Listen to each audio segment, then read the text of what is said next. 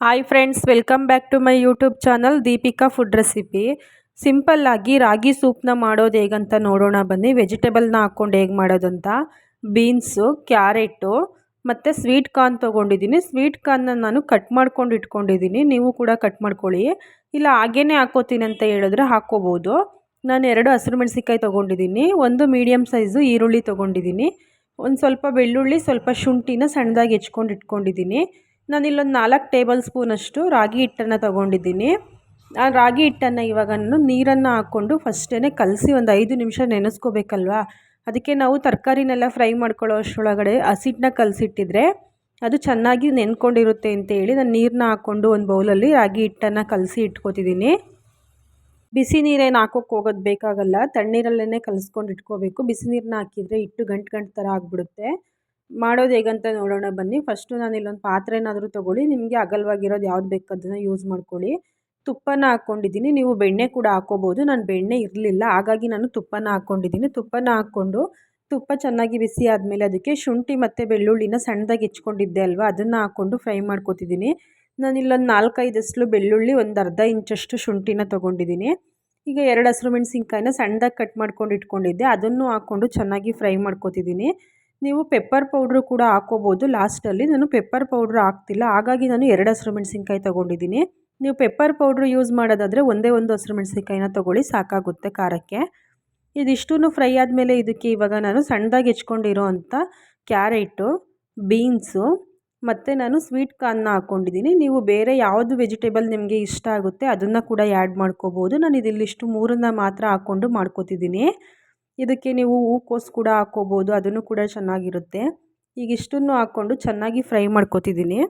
ಜ್ವರ ಬಂದಿದ್ದ ಟೈಮಲ್ಲಿ, ಬಾಯೆಲ್ಲ ಟೇಸ್ಟ್ ಸಿಗ್ತಿಲ್ಲ ಅನ್ನೋ ಟೈಮಲ್ಲಿ ಈ ಥರ ಸೂಪ್ನ ಮಾಡ್ಕೊಂಡು ಕುಡಿದ್ರೆ ತುಂಬಾ ಟೇಸ್ಟಿಯಾಗಿರುತ್ತೆ.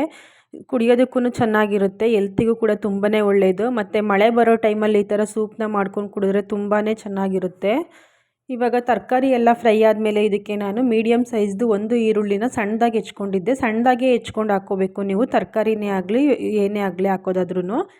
ಈಗ ಈರುಳ್ಳಿನ ಹಾಕ್ಕೊಂಡು ಚೆನ್ನಾಗಿ ಫ್ರೈ ಮಾಡ್ಕೊತಿದ್ದೀನಿ. ತುಪ್ಪದಲ್ಲೇ, ನೀರೇನು ಹಾಕೋಕ್ಕೆ ಹೋಗಬಾರ್ದು. ರಾಗಿನ ಯೂಸ್ ಮಾಡೋದ್ರಿಂದ ನಮಗೆ ತುಂಬಾ ಹೆಲ್ತ್ ಬೆನಿಫಿಟ್ ಇದೆ. ಬಟ್ ಆದರೆ ತುಂಬ ಜನ ಇಷ್ಟಪಡಲ್ಲ ರಾಗಿನ. ರಾಗಿ ಮುದ್ದೆ ಎಲ್ಲ ಇಷ್ಟಪಡಲ್ಲ ಅನ್ನೋರು ಈ ಥರ ಸೂಪ್ನ ಮಾಡ್ಕೊಂಡು ಕುಡಿದ್ರೆ ಹೆಲ್ತಿಗೂ ತುಂಬ ಒಳ್ಳೆಯದು. ರಾಗಿನೂ ಕೂಡ ಸೇವಿಸ್ದಂಗೆ ಆಗುತ್ತೆ. ತರಕಾರಿನ ಫ್ರೈ ಮಾಡ್ಕೋಬೇಕಾದ್ರೆ ಕೈ ಬಿಡಬಾರ್ದು. ಕೈ ಬಿಟ್ಟರೆ ಅದು ನಾವು ತುಪ್ಪ ಸ್ವಲ್ಪನೇ ಹಾಕಿರ್ತೀವಿ ಅಲ್ವಾ, ಹಾಗಾಗಿ ಅದು ಸೀದೋಗೋ ಥರ ಆಗಿಬಿಡುತ್ತೆ. ಮಿಕ್ಸ್ ಮಾಡ್ಕೋತಾನೆ ಫ್ರೈ ಮಾಡ್ಕೋಬೇಕು, ಆವಾಗ ಅದು ತಳ ಹಿಡಿಯೋದಿಲ್ಲ. ಈಗ ಇದಕ್ಕೆ ನಾನು ರುಚಿಗೆ ಎಷ್ಟು ಬೇಕಂತ ನೋಡಿ ಉಪ್ಪನ್ನು ಹಾಕ್ಕೊಂಡಿದ್ದೀನಿ. ಉಪ್ಪನ್ನು ಹಾಕ್ಕೊಂಡು ಮತ್ತೆ ಚೆನ್ನಾಗಿ ಫ್ರೈ ಮಾಡ್ಕೋಬೇಕು, ಉಪ್ಪು ಎಲ್ಲ ಮಿಕ್ಸ್ ಆಗೋ ಥರ ತರಕಾರಿನಲ್ಲಿ. ತರಕಾರಿ ಒಂದು 50% ಫ್ರೈ ಆದಮೇಲೆ ಇವಾಗ ನಾನು ಇದಕ್ಕೆ ಕಲಸಿ ಇಟ್ಕೊಂಡಿದ್ದಂಥ ರಾಗಿ ಹಿಟ್ಟನ್ನು ಮತ್ತೆ ಇನ್ನೊಂದು ಸರಿ ಚೆನ್ನಾಗಿ ಮಿಕ್ಸ್ ಮಾಡಿಕೊಂಡು, ತಳದಲ್ಲಿ ಕೂತಿರುತ್ತೆ ಅಲ್ವ ಈ ಹಿಟ್ಟೆಲ್ಲ, ಅದಕ್ಕೆ ಅದನ್ನು ಮತ್ತೆ ಚೆನ್ನಾಗಿ ಮಿಕ್ಸ್ ಮಾಡಿಕೊಂಡು ಅದಕ್ಕೆ ಹಾಕ್ಕೊಳ್ತೀನಿ.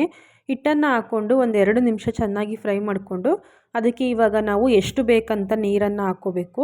ಹಿಟ್ಟನ್ನು ಹಾಕ್ಕೊಂಡಾಗ ಕೈ ಬಿಡಬಾರ್ದು, ಅದನ್ನು ತಿರುಗಿಸ್ತಾನೆ ಇರಬೇಕು, ತಳ ಹಿಡಿಯೋ ಥರ ಆಗಿಬಿಡುತ್ತೆ. ಈಗ ನಮಗೆ ಎಷ್ಟು ಬೇಕು ನೀರು ನೋಡಿ ಹಾಕ್ಕೊಳ್ಳಿ.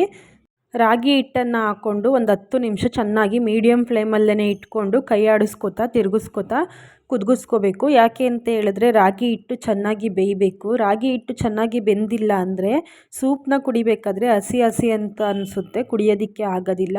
ಹಾಗಾಗಿ ಮತ್ತು ತರಕಾರಿನೂ ನಾವು 50% ಫ್ರೈ ಮಾಡ್ಕೊಂಡಿರ್ತೀವಲ್ವ, ಇನ್ನು 50% ನಾವು ರಾಗಿ ಅಂಬಲಿ ಜೊತೆನೇ ಫ್ರೈ ಮಾಡ್ಕೋಬೇಕಾಗುತ್ತೆ.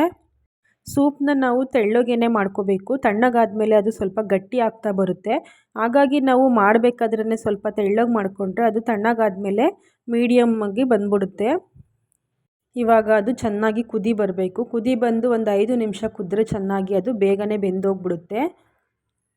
ಇವಾಗ ಅದು ರೆಡಿಯಾಗಿದೆ ನೋಡಿ. ಲಾಸ್ಟಲ್ಲಿ ಇದನ್ನು ತಣ್ಣಗೆ ಮಾಡಿಕೊಂಡು ನಾನು 1 ಬೌಲಷ್ಟು ಮೊಸರನ್ನ ಸೇರಿಸ್ಕೊತೀನಿ.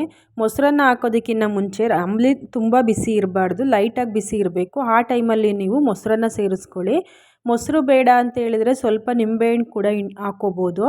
ಮತ್ತು ನಿಮಗೇನಾದರೂ ನೀವು ಹಸಿರು ಮೆಣಸಿನ್ಕಾಯಿನ ಕಡಿಮೆ ತೊಗೊಂಡಿದ್ದೀರಾ ಅಂತ ಹೇಳಿದ್ರೆ ಪೆಪ್ಪರ್ ಪೌಡ್ರು ಸ್ವಲ್ಪ ಹಾಕ್ಕೋಬೋದು. ನಾನಿಲ್ಲಿ ಪಾಪುಗೆ ಕೊಡೋದ್ರಿಂದ ಪೆಪ್ಪರ್ ಪೌಡ್ರನ್ನ ಯೂಸ್ ಮಾಡಿಲ್ಲ. ನೀವು ಪೆಪ್ಪರ್ ಪೌಡ್ರನ್ನ ಹಾಕ್ಕೋಬೋದು, ಟೇಸ್ಟ್ ಚೆನ್ನಾಗಿರುತ್ತೆ. ಮೊಸರು ಮತ್ತು ಸೂಪ್ನ ಮಿಕ್ಸ್ ಮಾಡ್ಕೊಂಡು ಕುಡಿದ್ರೆ ಟೇಸ್ಟ್ ಕೂಡ ತುಂಬಾ ಚೆನ್ನಾಗಿರುತ್ತೆ. ಈ ರೆಸಿಪಿ ನಿಮಗೆ ಇಷ್ಟ ಆಗಿದ್ದರೆ ಈ ಸೂಪ್ನ ನೀವು ಒಂದು ಸರಿ ಟ್ರೈ ಮಾಡಿ, ಹೇಗಿತ್ತಂತ ಕಮೆಂಟ್ ಮಾಡಿ. ಹಾಗೆಯೇ ಸಬ್ಸ್ಕ್ರೈಬ್ ಮಾಡ್ಕೊಳ್ದೇ ಯಾರಾದರೂ ಈ ವಿಡಿಯೋನ ನೋಡ್ತಾ ಇದ್ದರೆ ದಯವಿಟ್ಟು ಸಬ್ಸ್ಕ್ರೈಬ್ ಮಾಡ್ಕೊಂಡು ನೋಡಿ, ಲೈಕ್ ಮಾಡಿ, ಶೇರ್ ಮಾಡಿ, ಕಮೆಂಟ್ ಮಾಡಿ. ಸಿಗೋಣ ನೆಕ್ಸ್ಟ್ ವಿಡಿಯೋದಲ್ಲಿ. Thank you for watching.